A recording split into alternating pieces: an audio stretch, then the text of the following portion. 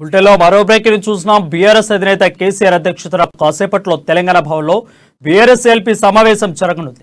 BRS legislative parliamentary party సభ్యులు పాల్గొనే ఈ సమావేశంలో జూన్ 2 నుంచి 21 రోజుల పాటు నిర్వహించే తెలంగాణ రాష్ట్ర ఆవిర్భావ దశాబ్ది ఉత్సవాలపై సీఎం కేసీఆర్ ప్రజాప్రతినిధులకు దిశానిర్దేశం చేయనున్నారు. సీఎం కేసీఆర్ సారథ్యంలోని బీఆర్ఎస్ ప్రభుత్వ వివిధ రంగాల్లో సాధించిన ప్రగతిపై తెలంగాణ ఆవిర్భావానికి ముందు తర్వాత రాష్ట్ర సాధించిన ప్రగతి ఆవిష్కరించనున్నారు. ఈ సమావేశానికి ఎంపీలు, ఎమ్మెల్యేలు, ఎమ్మెల్సీలు, పార్టీ రాష్ట్ర కార్యవర్గ సభ్యులు, రాష్ట్ర స్థాయి కార్పొరేషన్ల చైర్మన్లు హాజరు కావాలని పార్టీ అధినేతలు కేసీఆర్ కు ఆదేశించారు.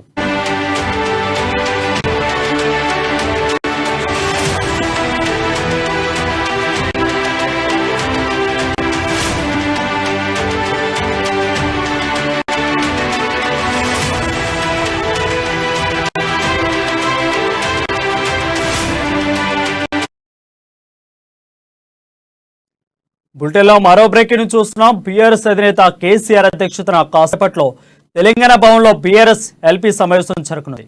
బీఆర్ఎస్ లెజిస్లేటివ్ పార్లమెంటరీ పార్టీ సభ్యులు పాల్గొనే ఈ సమావేశంలో జూన్ 2 నుంచి 21 రోజుల పాటు నిర్వహించే తెలంగాణ రాష్ట్ర ఆవిర్భావ దశాబ్ది ఉత్సవాలపై సీఎం కేసీఆర్ ప్రజాప్రతినిధులకు దిశానిర్దేశం చేయనున్నారు.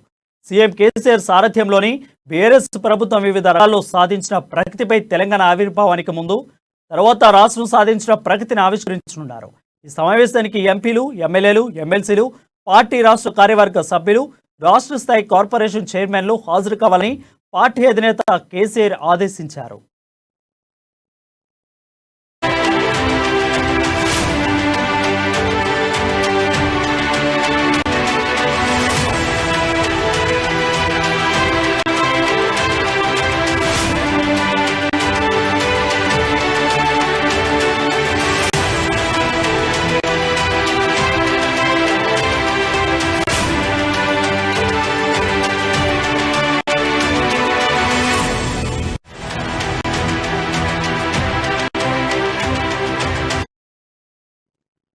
బులెటిన్లో మరో బ్రేకింగ్ చూస్తున్నాం. బీఆర్ఎస్ అధినేత కేసీఆర్ అధ్యక్షతన కాసేపట్లో తెలంగాణ భవన్లో బీఆర్ఎస్ ఎల్పీ సమావేశం జరగనుంది. బీఆర్ఎస్ లెజిస్లేటివ్ పార్లమెంటరీ పార్టీ సభ్యులు పాల్గొని ఈ సమావేశంలో జూన్ 2 నుంచి 21 రోజుల పాటు నిర్వహించే తెలంగాణ రాష్ట్ర ఆవిర్భావ దశాబ్ది ఉత్సవాలపై సీఎం కేసీఆర్ ప్రజాప్రతినిధులకు దిశానిర్దేశం చేయనున్నారు. సీఎం కేసీఆర్ సారథ్యంలోని బీఆర్ఎస్ ప్రభుత్వం వివిధ రంగాల్లో సాధించిన ప్రగతిపై తెలంగాణ ఆవిర్భావానికి ముందు తర్వాత రాష్ట్రం సాధించిన ప్రగతిని ఆవిష్కరించనున్నారు. ఈ సమావేశానికి ఎంపీలు, ఎమ్మెల్యేలు, ఎమ్మెల్సీలు, పార్టీ రాష్ట్ర కార్యవర్గ సభ్యులు, రాష్ట్ర స్థాయి కార్పొరేషన్ చైర్మన్లు హాజరు కావాలని పార్టీ అధినేత కేసీఆర్ ఆదేశించారు.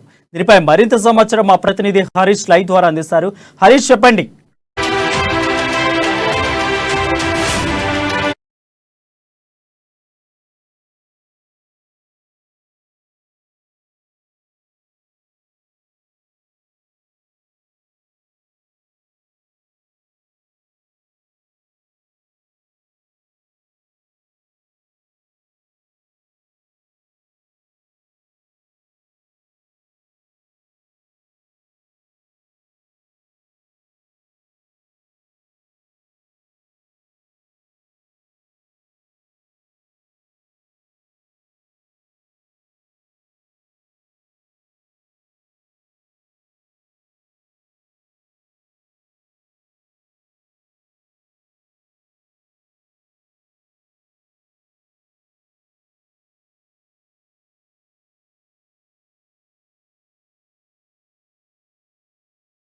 Thank you Varun. ఏదైతే బీఆర్ఎస్ ఎల్పీ పార్లమెంటరీ సమావేశం కాసేపట్లో ప్రారంభం కాబోతుంది. ప్రధానంగా సీఎం కేసీఆర్ అధ్యక్షతన జరిగే ఈ సమావేశంలో ఇప్పటికే మంత్రులు, ఎమ్మెల్యేలు, ఎమ్మెల్సీలు అంతా కూడా తెలంగాణ భవన్కి చేరుకుంటున్న పరిస్థితి ఉంది. ప్రధానంగా ఏదైతే వచ్చే జూన్ 2వ తేదీన తెలంగాణ రాష్ట్ర ఆవిర్భావ దినోత్సవం సందర్భంగా 21 రోజుల పాటు కూడా రాష్ట్ర వ్యాప్తంగా కూడా ఉత్సవాలు నిర్వహించాలి. దీనికి సంబంధించి కూడా ఇప్పటికే కేసీఆర్ అధికారులకు సైతం దిశానిర్దేశం చేశారు. ప్రధానంగా ఏదైతే 10 సంవత్సరాలు పూర్తి చేసుకుంటున్న సందర్భంలో ఏదైతే తెలంగాణ రాష్ట్ర వ్యాప్తంగా కూడా గ్రామ స్థాయి నుంచి కూడా రాష్ట్ర స్థాయి వరకు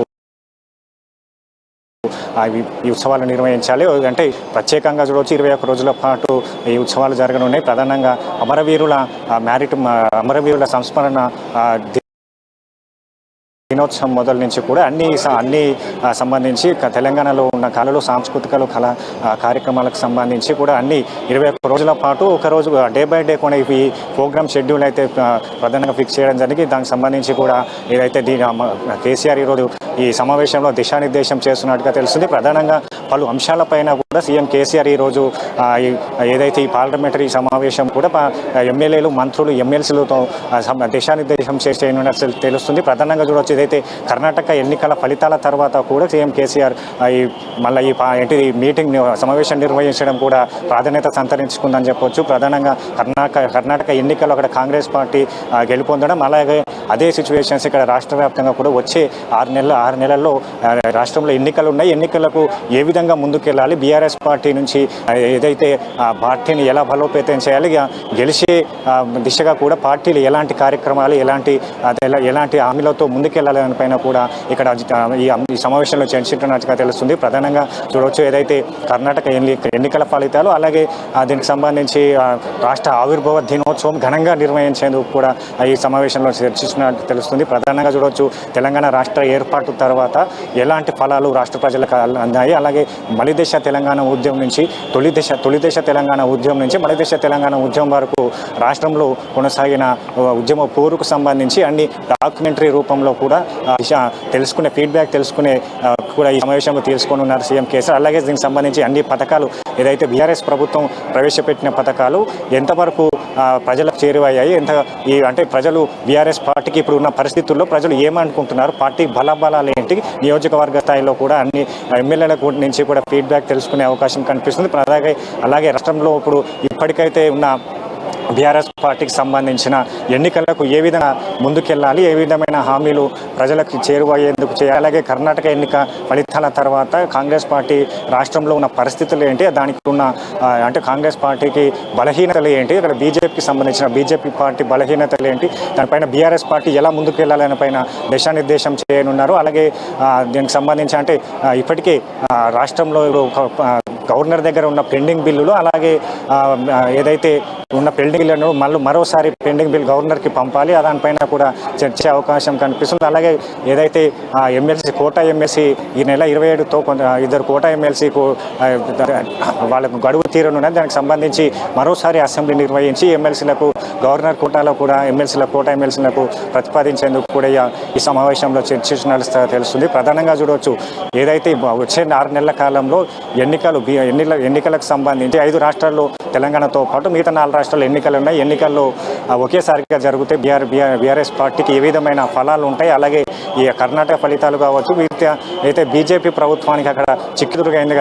కర్ణాటకలో బీజేపీ ప్రభుత్వానికి ఈ ఎన్నికల్లో చిక్కుదురైంది. దానికి సంబంధించి కేంద్ర ప్రభుత్వం కూడా ఎన్నికలను వాయిదా వేసేందుకు సిద్ధమవుతుంది, రెడీ అవుతుంది. దీనికి సంబంధించి వాయిదా వేస్తే ఏ విధమైన న్యాయపరమైన పోరాటం చేయాలి, దానిపైన కూడా ఇప్పటికే ఈ సమావేశంలో దిశానిర్దేశం చేయనట్లుగా తెలుస్తుంది. దానితో పాటు జిల్లాలో ఉన్న అసలు ఎమ్మెల్యేలు కావచ్చు, ఎంపీలు కావచ్చు, ఎమ్మెల్సీలు కావచ్చు, వాళ్ళ ప్రాధాన్యత ఏంటి, వచ్చే ఎన్నికల్లో ఎవరికైతే టికెట్లు ఇస్తే ఖచ్చితంగా బీఆర్ఎస్ పార్టీ అధికార పగ్గాలు చేపట్టవచ్చు. అలాగే ఇప్పటికే కొన్ని జిల్లాలో ఉన్న ఎమ్మెల్యేల పైన కూడా కొంచెం వ్యతిరేకత ఉంది, వారికి కూడా స్వీట్ వార్నింగ్ ఇచ్చే కూడా సీఎం కేసీఆర్ రెడీనే అవుతున్నట్టుగా తెలుస్తుంది. ప్రధానంగా చూడవచ్చు, వచ్చే టికెట్లు ఎవరికి ఇచ్చినా కూడా బీఆర్ఎస్ పార్టీలో కొనసాగే విధంగా కూడా వారికి మిగతా పనులు ఆశ చూపే విధంగా కూడా ఈ సమావేశంలో చర్చించినట్టుగా తెలుస్తుంది. ప్రధానంగా చూడవచ్చు, అయితే వచ్చే ఎన్నికలు, అలాగే ఈ 21 రోజుల పాటు రాష్ట్ర వ్యాప్తంగా జరిగే 10వ రాష్ట్ర అవతరణ దినోత్సవం సంబంధించి ఏర్పాట్లు, అలాగే ఇదైతే